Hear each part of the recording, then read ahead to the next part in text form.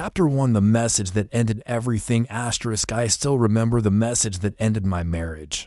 It was 6:37 p.m. on a Thursday. I was finishing a report when my phone buzzed. "We need to talk." That was it. 4 words. No heart emoji, no punctuation. Just the kind of message that makes your stomach twist before you even know why. When I got home, the first thing I noticed was the suitcase by the door. Then her shoes lined up neatly, as if she didn't want to look like she was running away. Lena stood in the living room, arms folded, eyes red. "Hey," I said quietly, setting my keys down. "What's going on?" She didn't answer right away. Her lips trembled. "Ethan, I can't do this anymore." The air felt thick. My mouth went dry. "Do what?" "This, us." Her voice cracked. I tried to move on. I really did. But I can't stop thinking about him. I didn't need to ask who. I already knew. Ryan, her college boyfriend. The one she said was a mistake years ago. My hands went cold, but my voice stayed calm. "You're leaving." Tears filled her eyes. "Please don't make this harder. I need to follow my heart." I stared at her suitcase, then at her face. I waited for anger to rise, for the explosion everyone expects in this kind of moment. But nothing came. No shouting, no begging, just a strange stillness inside me. "How long have you been planning this?" I asked. She swallowed hard. "A few weeks." I nodded. "So, while I was planning our anniversary trip, you were planning your exit." Her face twisted in guilt. "Ethan, I didn't mean for it to happen like this. It just happened." I finished for her. "Right." She took a step closer. "Say something. Yell at me. Hate me. Just don't look at me like that." I met her eyes. "I hope he makes you happy." Her breath hitched. "That's it. That's all you have to say. What else is there?" I said softly. "You made your choice." For a moment, she looked almost offended, like my calmness was more cruel than any insult I could throw. She wanted me broken, crying, something to prove I still love her enough to fall apart. But I didn't give her the dot. She wiped her tears. "You're so cold." I shook my head. "No, just done." Her voice rose, shaky and angry. "You don't even care, do you?" I looked at her, really looked. The woman I had once loved so fiercely was now a stranger standing in my living room, asking for permission to destroy what we built. "I cared," I said quietly. "More than you'll ever know. But caring alone doesn't keep someone who wants to leave." Silence. The kind that fills every corner of a room. She picked up her suitcase and turned toward the door. "Goodbye, Ethan." "Goodbye, Lena." When the door clicked shut, the sound echoed like a gunshot. I stood there for a while, staring at the empty space where she'd been. I thought maybe the tears would come then, but they didn't. I just felt weightless, like someone had reached into my chest and taken everything heavy out. I walked to the kitchen, poured myself a glass of water, and sat at the table. My hands shook slightly, but my face stayed blank. After a long while, I opened my phone. There were photos of us smiling on beaches, at birthdays, and the life we once had. I deleted them all. No hesitation. Then I texted her one last time. "I hope you find what you're looking for." No reply came. The clock ticked past midnight before I moved from the table. I lay on the couch, eyes open, listening to the quiet hum of the refrigerator. My wedding ring felt heavier than usual. I slid it off and placed it on the coffee table. That was when the first tear came, not out of heartbreak, but out of exhaustion. A single drop, nothing more. In my head, I kept replaying the same scene. Her face when I didn't react. She wanted drama, something to prove I still cared. But all she got was silence. Maybe that's what hurt her most. I turned on my side and whispered into the darkness, "He won't make you happy." It wasn't bitterness. It was truth. Ryan was impulsive, selfish, addicted to chasing what he couldn't keep. I knew her well enough to know she'd see it soon. But by then, it wouldn't matter. Because tonight, something inside me broke in, something else quietly began to rebuild. Chapter 2. When everyone expected me to break. People kept looking at me like I was a ghost. At work, Whispers followed me down the hallway. I could feel them, the pity in their eyes. They all knew. Somehow, word spread faster than truth ever could. Maybe Lena told someone. Maybe Ryan did. It didn't matter. When I walked into the office that Monday, my boss, Mr. Lee, called me into his office. "Ethan," he said gently, motioning for me to sit. "I heard about everything. You can take some time off if you need it." "I'm fine," I said automatically. He frowned. "You don't have to be." I forced a smile. "Then let's pretend I am." He studied me for a moment before nodding. "You've always been steady. Don't let this change that." "Don't worry," I said. "It won't." But that was a lie. Of course it changed me. Everything had changed after work. I went home to an apartment that still smelled faintly of her perfume, vanilla and something floral. It hit me like static each time I opened the door. I didn't bother cooking. I just sat on the couch, staring at the wall. The quiet used to be peaceful. Now it felt like it was mocking me. My sister, Clara, called that night. "Ethan, are you eating?" "Yeah," I said, even though I wasn't. She sighed. "You're a terrible liar. I can hear it in your voice." I smiled faintly. "I'm managing." "She left you for that jerk, didn't she?" I didn't answer. "God, Ethan, say something. Don't just sit there pretending it's fine. You're allowed to be angry." "I'm not angry," I said quietly. "Then what are you?" I thought for a moment. "Tired." She went silent on the other end. Then, softly, "You don't have to be strong all the time." "I'm not being strong. I'm just done reacting. Promise me you won't shut down completely." She said, "You've got such a big heart. Don't let her take that too." "I won't," I whispered. Though I wasn't sure I believed it. The days started blending together. Work, sleep, repeat. I'd see her name sometimes in my phone notifications, missed calls. A few messages I never opened. I deleted them all. At lunch one day, my coworker Nina sat beside me. She had a kind face, the kind that looked like it had seen pain and learned how to smile anyway. "Rough week?" she asked, unwrapping her sandwich. "Something like that. I heard about your wife, ex-wife." I corrected. "Sorry, I didn't mean to." "It's okay," I said, picking at my food. "It's not exactly a secret." She nodded, thoughtful. "You're handling it well." I almost laughed. "That's what everyone keeps saying." Her eyes softened. "Sometimes being calm is the only way to survive." That stuck with me. Nights were the hardest. The bed felt too big. I started sleeping on the couch, surrounded by silence and the ticking of the old clock she bought. It used to annoy me, but now it was the only sound in the room. I kept waiting for the crash, for the breakdown everyone expected, but it never came. Maybe it was because I had already broken long before she left. Years of being half loved, half heard. By the time she said goodbye, I was already halfway gone. One night, I opened the closet and saw her old scarf hanging there. It still smelled like her shampoo. I stood there for a long time, holding it, feeling nothing. No pain, no anger, just emptiness. I finally threw it in the trash. It wasn't dramatic, just necessary. On Friday, Clara showed up at my door with takeout. She didn't ask permission. She just came in and started setting the table. "I figured you'd forget to eat again," she said. "Unpacking noodles. Thanks," I muttered, half smiling. We ate quietly for a while. Then she said, "You know, you don't have to be so calm. She betrayed you. You can hate her." I shook my head. "Hating her won't undo anything," she sighed. "You're too good for her, Ethan." "I'm not good," I said. "I just learned the hard way that people leave no matter how good you are." Her expression softened. "You really loved her, didn't you?" "I did."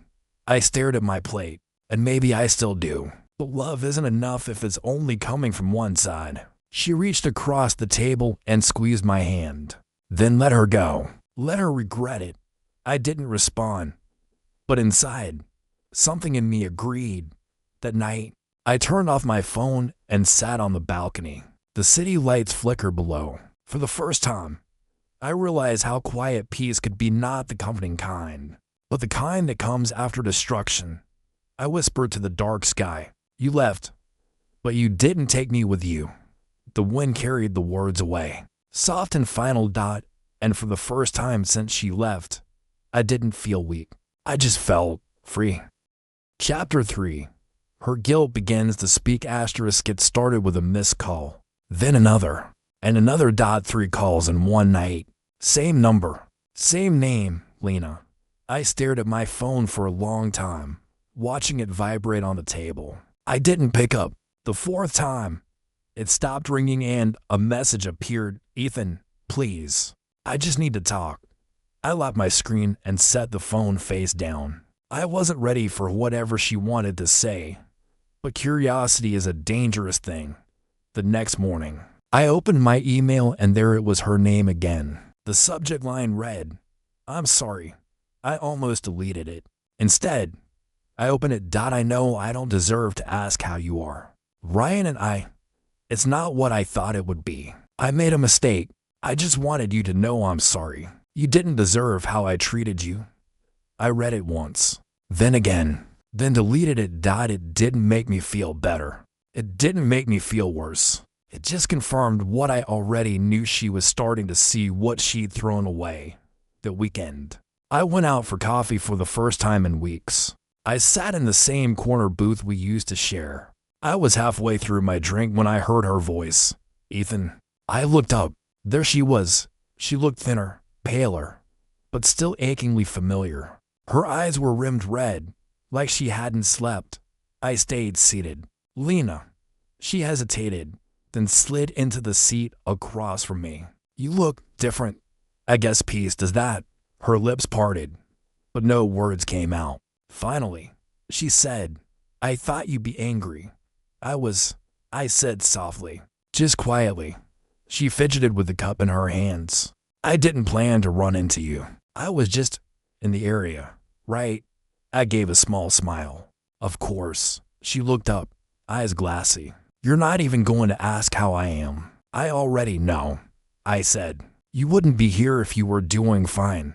That hit her. I could see it. She stared down at her coffee. Ryan isn't who I thought he was. I thought it would feel like before, but it doesn't. It's empty. I stayed silent. I miss you, she whispered. Those words should have broken me once, but now they only echoed in a place that had already healed the hard way. I said, you don't miss me. You miss the version of yourself that existed when I loved you. Her eyes widened. That's not true, isn't it? I leaned forward slightly. You had a safety net, someone who'd never give up on you. And when you realized that net wasn't waiting anymore, you panicked. She blinked rapidly, like she wanted to deny it but couldn't. You were always calm, she murmured. Even now, why aren't you angry? Why aren't you yelling? Because I stopped begging people to stay. Silence. Her eyes filled instantly. That sentence seemed to cut deeper than anything I could have shouted. She stood up suddenly, voice trembling. You don't even care, do you? I looked up at her. Caring doesn't mean letting you hurt me twice. She covered her mouth with her hand as if holding back a sob, then rushed out of the cafe. I sat there for a while, staring at her untouched coffee cup across from mine. That night, Clara called. You sound lighter, she said. I ran into Lena today. Oh God, how was that? Predictable. Did she cry? Almost. And you? I didn't. There was a long pause. You're scaring me a little, Clara said with a nervous laugh. I'm scaring her too, I said quietly. How? By not reacting, Clara sighed. You've always been like this. You shut down to protect yourself. Just make sure you're not turning to stone in the process. I looked out the window. The city lights blurred through the glass like distant fireflies. Maybe I needed to. The next few weeks passed like chapters I'd already read. Lena kept reaching out. Calls, messages, even a letter once handwritten, shaky ink. I didn't open it. I didn't need to. She was unraveling, and I was, somehow, coming back together. At work, Nina noticed the change. You're smiling more, she said one day during lunch. Am I? Yeah. It's subtle, but it's there.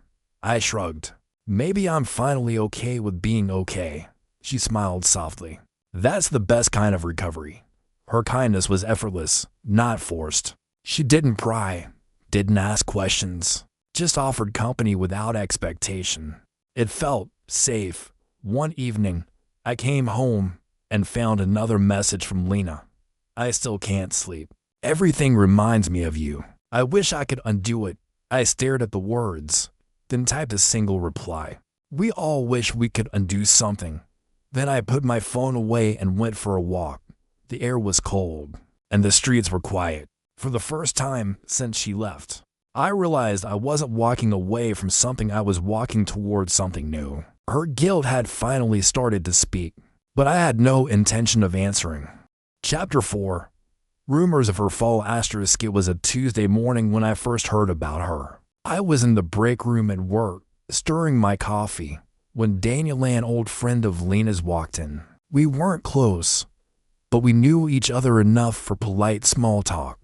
He looked at me carefully. Hey, Ethan, haven't seen you around lately.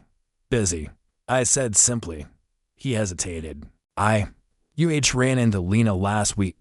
I didn't look up. Oh, yeah. He shifted uncomfortably. She didn't look good. Said she's been going through a rough patch. I said nothing, letting the spoon clink against the mug. He continued, voice lower now. Between you and me, Ryan's been, well, seeing someone else. It's messy. I let that sink in, not with satisfaction, but with a dull calm of confirmation. Daniel watched me. You okay? I'm fine. You don't seem surprised. I'm not, he frowned. You're taking this too well, man. I gave a faint smile. Maybe that's the point. That night, I sat on my balcony again, the city lights flickering below like distant fires. The air felt lighter somehow. I thought about Lena, her restlessness, her endless search for something that always slipped through her hands. Maybe she'd finally caught what she wanted, only to realize it wasn't love, it was nostalgia. People confuse the two all the time. I took a sip of coffee and whispered into the wind, you chose your memory, not me. The following week, work became my sanctuary. I threw myself into projects, in the focus, in the silence. Mr. Lee noticed. You're performing better than ever, he said during our one-on-one meeting. Whatever you're doing, keep it up. I just smiled. Distraction is productive. He chuckled. Whatever works. It wasn't distraction, though. It was clarity. For the first time in years, my mind wasn't weighed down by what-ifs. Nina started having lunch with me more often. She had this way of talking that filled the air with calm. No drama, no probing questions, just conversation. One afternoon, she said, you know, I used to think silence meant indifference, but sometimes it's strength. I looked at her. You sound like someone who's learned it the hard way. She smiled sadly. Maybe. We sat quietly for a while, and for the first time in months, I felt something warm. Not love, not yet, but peace, that we can. Clara called. You sound happier, she said. Did something good happen? Not really. Something bad happened to someone else. Oh no. Lena? I hesitated. She's struggling. Ryan cheated, or maybe he never stopped, she sighed. I can't say I'm surprised. How do you feel? I thought about it. Nothing dramatic. I guess karma doesn't need an audience. Clara went quiet for a second. You don't sound cold anymore. You sound done. I am. She smiled through the phone. Then I'm proud of you. 2 days later, I saw Lena again by accident this time. I was leaving the grocery store when I heard my name, Ethan. I turned. She looked different, faded somehow. Her hair was messy, her clothes loose. There were dark circles under her eyes. She gave a weak smile. Hi, I said, keeping my voice even. I was just around, she stammered. How have you been? Good, she nodded, biting her lip. You look healthier. Peace does that, I said again. She laughed softly, but it came out more like a sob. I deserve that, I shrugged. You don't deserve anything bad. You just deserve to learn. Her eyes welled up. Ryan, he lied to me about everything. He's been seeing someone else this whole time. I thought we were meant to be. I know. Her eyes snapped up. You knew. I knew what kind of man he was, I said quietly. You told me enough stories about him back when we first met. Her voice cracked. Then why didn't you warn me? Would it have mattered? She froze. Probably not. Exactly. She looked at me for a long moment. You're really not angry. I was. Now I'm just grateful. For what? For the freedom your choice gave me. Tears spilled down her cheeks. You're cruel. No, I said softly. Just honest. She whispered. I miss who we were. I shook my head. We don't exist anymore, Lena. You made sure that when I got home, I sat at my desk and thought about what just happened. I didn't feel victory. I didn't feel revenge. What I felt was control. The power had shifted without me lifting a finger. She was drowning in the same silence she once mocked me for. The next day, she texted me. I wish I could go back. Just once. I typed back. We all do. Then I put my phone away. No anger. No satisfaction. Just finality. Weeks passed. My life moved forward. Mr. Lee gave me a promotion. Clara visited more often. And Nia, she became someone I look forward to seeing every day. I never told her about Lena, but she seemed to understand the parts of me that still ached. One evening, as we left work, she said, You're the calmest person I've ever met. I smiled faintly. Calm people usually earned it the hard way. She nodded. Then you must have gone through hell. I met her eyes. I did.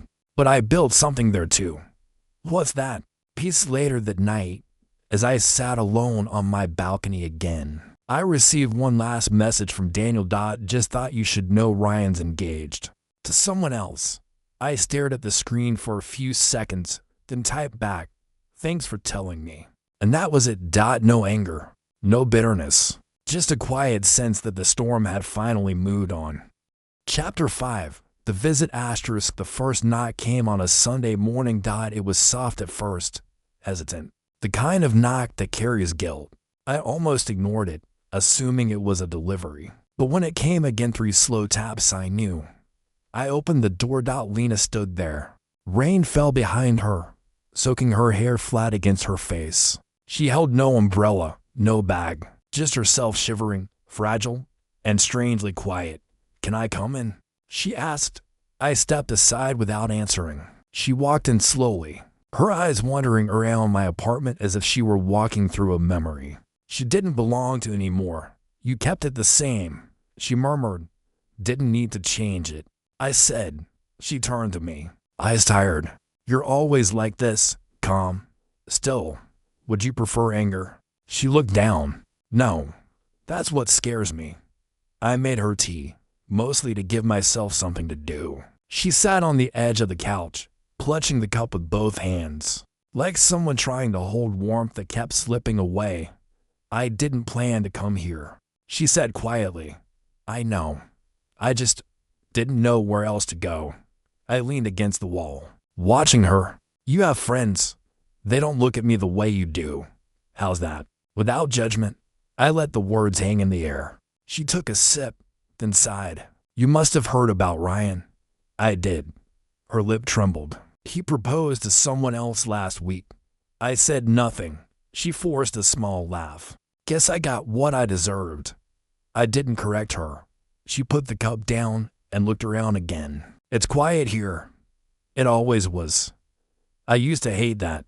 I remember. She looked up at me. Now I miss it. Her voice broke on the last word. I crossed my arms. Lena, why are you really here? She hesitated, then whispered. Because when everything fell apart, you were the only person who didn't. I breathed out slowly. You're confusing peace with safety. What's the difference? Peace doesn't need to be rescued. Her eyes glistened. And I do. I didn't answer. We sat in silence for a long time. The rain against the windows filled the room with a rhythm neither of us tried to interrupt. Finally, she said, Do you ever think about us? I looked at her. No. That seemed to wound her more than anger ever could. She nodded, wiping her face. I figured. Then she whispered, I wish I hadn't left. I closed my eyes. You didn't leave. You ran towards something you thought was love. Same thing. Not really, I said. Leaving is a choice. Running is a reaction. She was quiet. Then, in a voice so small it almost disappeared, she said, "I miss how you used to look at me." I opened my eyes and met hers. That look was trust. "Lena, you used it up." She flinched but didn't look away. "I know I hurt you. I know too. If I said I was sorry, you already did." She swallowed hard. "Then what do I do?" I sighed. "You stop trying to rewrite what already burned." The clock ticked. The rain slowed. Then, softly, she said, "I don't expect you to take me back." "Good," I said. "But can we at least talk sometimes? Just as friends?" Her voice was hopeful in a way that hurt to hear. I thought about it. About how she used to smile in the mornings. How the quiet used to feel safe. About how everything that once meant love now only meant distance. "No," I said finally. She looked stunned. "Why not?" "Because you're not looking for a friend, Lena. You're looking for an anchor." Her breath caught. "And you won't be that." I already was. Tears rolled freely down her face now. She didn't hide them. "You've changed." I nodded. "Pain does that. So does peace." She stared at me for a long time. And for a moment I could see the realization settle in the one truth she had spent months running from. I didn't belong to her memory anymore. When she finally stood to leave, she hesitated by the door. "Ethan," she whispered, "if I ever meant anything to you, say something." I looked at her one last time. Her eyes were pleading, searching for even a flicker of the man she used to control with guilt. "You did mean something," I said softly. "You taught me what not to settle for." Her lips trembled, but she nodded. "Goodbye." Then, goodbye. After the door closed, the silence felt heavier than usual but not empty. It was the kind of silence that marks the end of a long chapter. The sound of closure when the noise finally stops. I stood there for a while, staring at the rain sliding down the glass. Then I exhaled, long and slow, for the first time since she left. I didn't feel like I was holding my breath anymore. That evening, Clara called. "You sound calm," she said. I saw her. "Oh," she paused. "How did it go?" "As it should." "You're not shaken?" "No," I said. I think she finally understood. Understood what? That not all silence is weakness. After we hung up, I stepped out onto the balcony again. The rain had stopped. The streets shimmered under the streetlights. Somewhere out there, she was walking alone, searching for the peace she once mistook for emptiness. And for the first time, I didn't feel sorry, just free. Chapter 6. Her apology letter * arrived on a Wednesday. A plain white envelope, no return address. My name written in her handwriting, slanted, careful, a little shaky. For a long moment, I just stared at it. I knew who it was from. I could feel it. The weight of guilt has its own kind of gravity. I almost threw it away. But something, curiosity, closure, weakness, I don't know, made me open it. Inside was a folded letter, written in blue ink. "Ethan, I don't know if you'll even read this. I just needed to write it. Not to ask for forgiveness, maybe I've lost the right to even say your name, but to tell you the truth. I couldn't face before. When I left, I told myself I was chasing love. But I wasn't. I was running from the quiet. The peace you brought scared me because it forced me to see myself clearly. And I didn't like what I saw. Ryan wasn't love. He was distraction. He made me feel wanted, but not safe. And when the thrill faded, I realized the person I betrayed wasn't just you, it was the version of me that existed. When I was with you, you were kind, steady, patient. I mistook that for boredom. Now I know it was strength. I don't expect anything from this letter. I just hope you're happy. I hope you meet someone who doesn't mistake calm for indifference. I'll carry the weight of what I did for the rest of my life." When I read it once, then again, then folded it carefully and placed it on the table. It didn't make me angry. It didn't make me sad. It just made me quiet. The kind of apology, the kind that comes when it's too late, isn't really about forgiveness. It's confession disguised as closure. I made coffee, sat by the window, and watched the rain start again. It had been raining a lot lately. Funny how the sky always seems to match the heart of whoever's watching. Later that evening, Clara called. She always seemed to know when to check in. "You sound distant," she said. "I got a letter from her." "Yeah."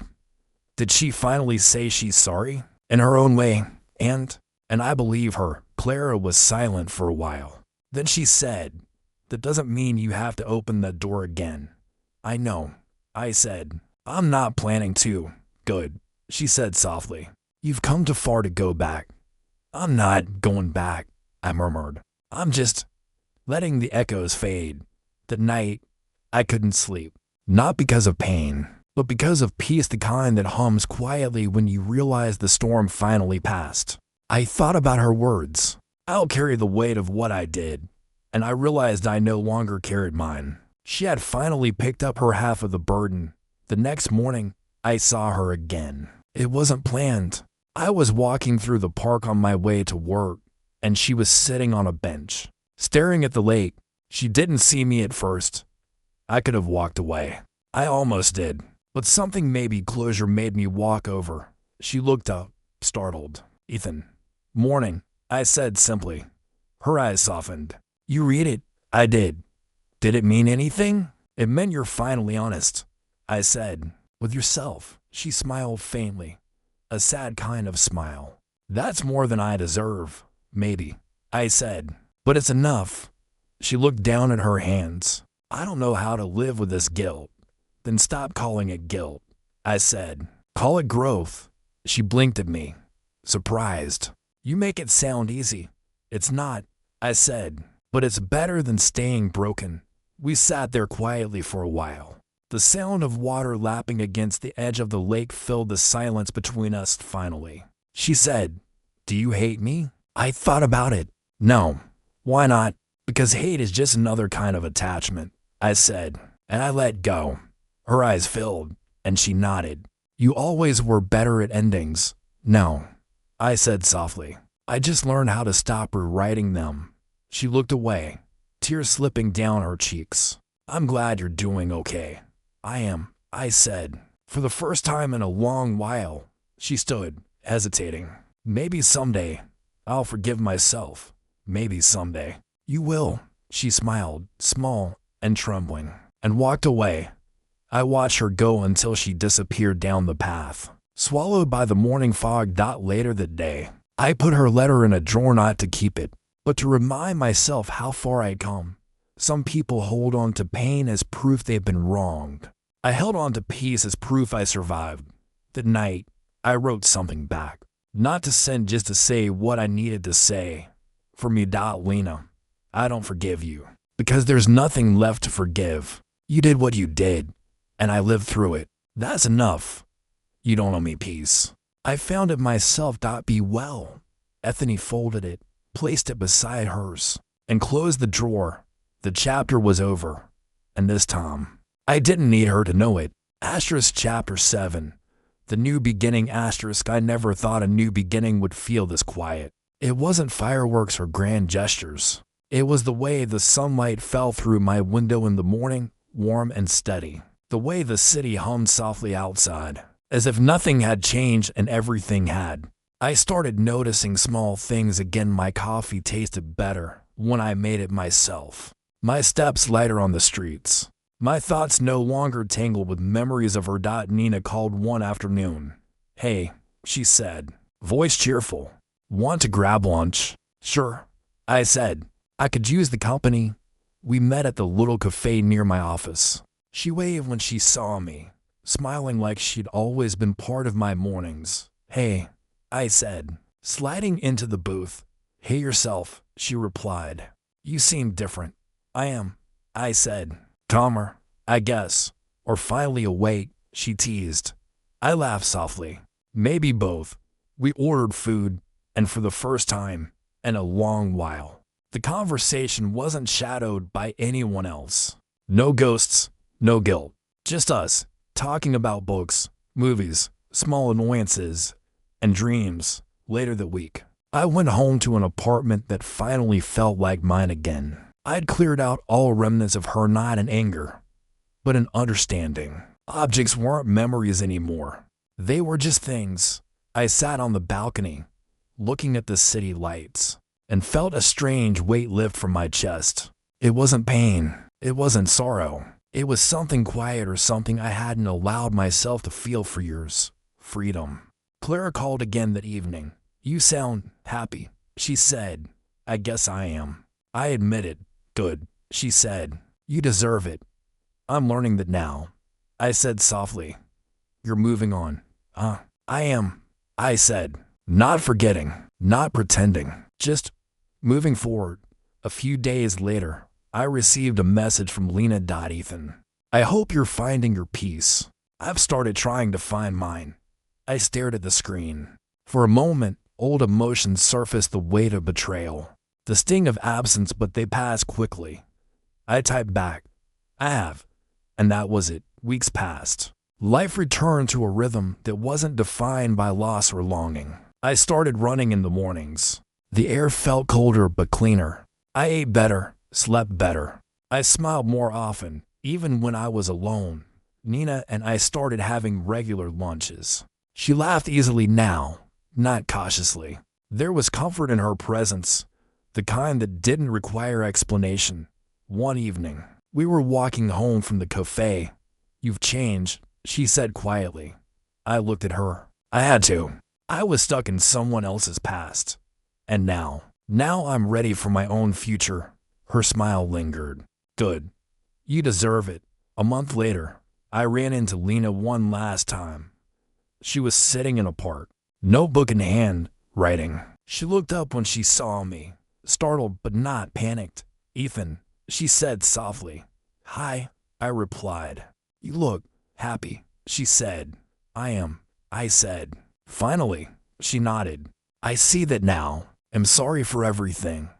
I didn't reply immediately. I just nodded, a small, quiet acknowledgement of the past. "Take care of yourself," I said. "You too," she whispered, and then she turned away. I watched her walk into the distance, not with pain, not with anger, but with clarity. That night, I sat on my balcony, looking at the city lights, feeling the rhythm of life around me. I thought about everything that had happened: the betrayal, the heartbreak, the long months of silence and quiet struggle. I thought about the letters, the visits, the words we exchanged, and I realized every ending had brought me here, to this calm, steady place. The past wasn't gone. It was a teacher, a reminder of resilience, of strength, of patience. I took a deep breath, feeling the cool air fill my lungs. "You're free now," I whispered to myself. And for the first time, it wasn't a promise. It was a truth. The next morning, I woke up early, brewed my coffee, and stepped onto the balcony.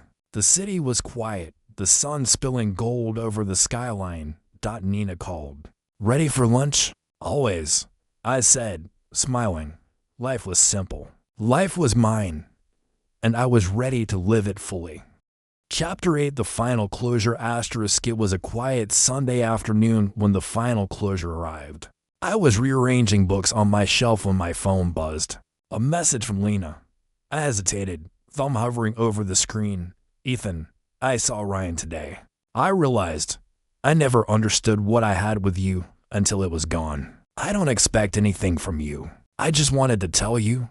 I stared at it, not because I was angry or sad, but because it confirmed everything I had learned about myself in the past months. I no longer needed her words to define me. I typed back, "I hope you find peace." And that was all. Later, Clara called, as she always seemed to know when I needed to talk. "You're calm," she said. "I am." I said, "Does it hurt?" "Not anymore," I said. Not because I forgot her, because I stopped depending on her to give me happiness. There was a pause. Then she laughed softly. "Finally, you've been waiting for this moment for a long time." "I guess I have," I admitted that evening. I went for a walk. The air was crisp, filled with the smell of rain-soaked pavement. People hurried past me, their lives continuing, oblivious to mine, as they should be. I found myself at the park where I had last seen Lena. She wasn't there. She wasn't anywhere I could see. And that was perfect. I sat on a bench, closing my eyes. The months of heartbreak, betrayal, letters, visits, and silent reckonings, all of it had led me here. The calm was mine. A voice interrupted my thoughts. Ethan. I opened my eyes. Nina was standing there, carrying two coffees, her hair falling lightly over her shoulders. Hey, I said, smiling. You look peaceful, she said, handing me a cup. I feel it, I admitted. She sat beside me, and for a while, we drank quietly. No words were needed. The city hummed around us. Life went on. Then she said softly, You've changed. I nodded. I had to. I learned that peace isn't about forgetting, it's about living. Even when the past tried to break you, she looked at me, understanding, and smiled. And you survived. I did. I said, more than survived. I grew. Later that night, I opened the drawer where I had kept her letters. I touched them lightly, feeling their weight, feeling the lessons they carried. I didn't throw them away. I didn't read them again. I just placed them in a small box. A reminder of how far I had come, not of what I had lost. The phone buzzed again. This time it was Clara. How's the calmness? She asked, complete. I said, good. She said, you've earned it. I think I have. I admitted. Over the next few weeks, my life slowly settled into a rhythm I had forgotten existed. Work, friends, quiet moments on the balcony with coffee. I even started running in the mornings again. Feeling the cold wind on my face and the strength in my lungs, I no longer feared being alone. I no longer waited for anyone to validate my worth. The city lights became my companions. My thoughts became my own. And somewhere inside me, I felt something fragile but growing hope. One evening, Nina and I were walking home after a late dinner. She glanced at me and said softly, You're ready, aren't you? Ready for what? I asked, curious to live fully. Without ghosts, without regrets, without holding on to people who don't belong to your story anymore. I smiled faintly. Yes, I'm ready. Her hand brushed mine as we walked, light and natural. A connection, not a dependence. A partnership, not a need. I realized that life had given me a gift, the chance to rebuild, not from betrayal, but from understanding. Later, sitting on my balcony, I watched the city lights shimmer. The past, Lena, Ryan, heartbreak, anger, and letters was all there, but it no longer held power over me. I whispered into the night, You don't define me anymore. And for the first time, the words felt true, full, and permanent. The storm had passed. The silence left behind wasn't empty, it was mine. I was free. Weeks later, I walked past a park and saw Lena from a distance. She looked happier, lighter, like she had finally released herself from the mistakes she made. She glanced my way. Our eyes met for a brief moment, and then she turned away. I smiled faintly. No longing, no regret, just acknowledgement. Closure. I went home, poured myself a cup of coffee, and stepped onto the balcony. The city sprawled out below, alive and indifferent. I took a deep breath. Life was waiting, and I was ready. Chapter 9, a future unwritten asterisk. Morning came quietly. I woke to the soft glow of sunlight spilling through the curtains. The apartment smelled faintly of coffee, the aroma steady and comforting. I didn't need to check my phone. No messages from her, no missed calls, no reminders of the past. For the first time in months, I felt anchored in the best way. Free to move forward without looking back. Nina called while I was making breakfast. Coffee on the balcony? She asked. Absolutely, I said. When she arrived, she brought her usual warmth and laughter, but it felt different now. Natural, unforced. We sat on the balcony, the city stretching out below us, and shared stories small. Everyday things that made life feel alive again. You're different, she said after a while. I've learned a lot, I admitted.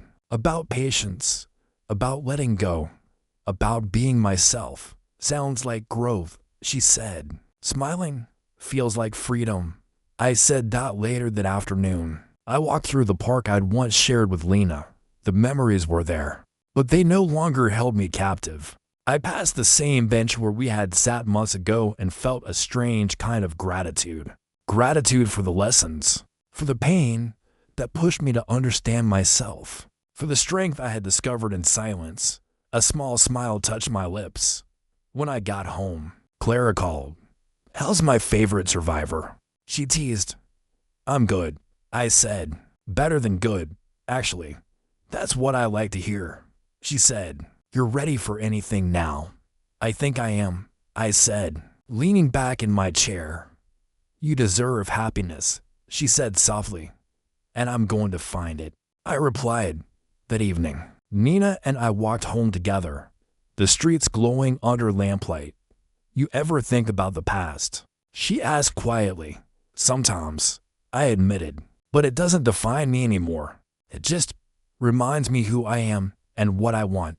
And what do you want?" I looked at her, really looked, not as a replacement, not as a distraction, but as someone I could trust and share life with. "I want to live fully," I said, "to be open to whatever comes next. No regrets, no chains." Her hand brushed mine as we walked, and it felt natural, like the first step into something unknown, but hopeful. "Sounds good," she said softly. "It feels good," I replied. That night, I sat on my balcony, the city alive with a quiet hum beneath me. I thought about Lena one last time. Thought she was part of my story, yes, but no longer the chapter one was living. She had taught me heartbreak, patience, and the strength to survive, and for that, I forgave her silently. And more importantly, I forgave myself for ever letting someone else hold my happiness hostage. I poured a cup of coffee, inhaled the aroma, and whispered to the empty night, "Here's to beginnings I haven't written yet. No letters, no messages, no expectations. Just me, alive, steady, and free. The world felt vast, possibilities endless, and the future completely unwritten." I smiled, feeling the weight of months lifted, the lessons learned, and the calm power of finally being whole. The doorbell rang. It wasn't her, not Lena, not anyone from the past. It was Nina. I opened the door, and she smiled. "Ready for tomorrow?" she asked. "Always," I said. And for the first time, I meant it completely. I stepped onto the balcony once more, coffee in hand, and let the city's night air fill my lungs. The past had shaped me, but it no longer chained me. The future awaited, blank and vast, and I was ready to fill it with my own choices, my own strength, and my own happiness. The storm was gone. The calm remained. And this time, I wasn't just surviving, I was living.